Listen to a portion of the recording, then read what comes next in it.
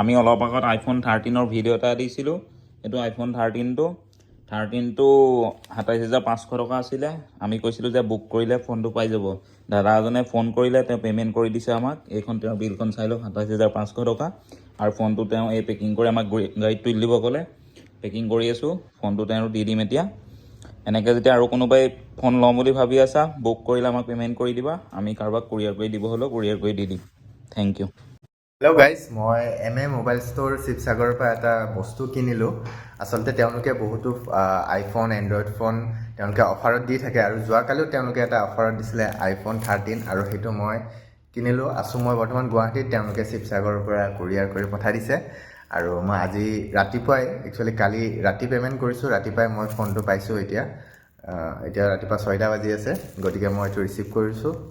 আৰু আপোনালোকেও যদি অফাৰত বিচাৰে আইফোন, এণ্ড্ৰইড ফোন, তেওঁলোকৰ একচুৱেলি পেজটো ফ'ল' কৰি লওক, তাত আপডেটবোৰ আহি থাকে।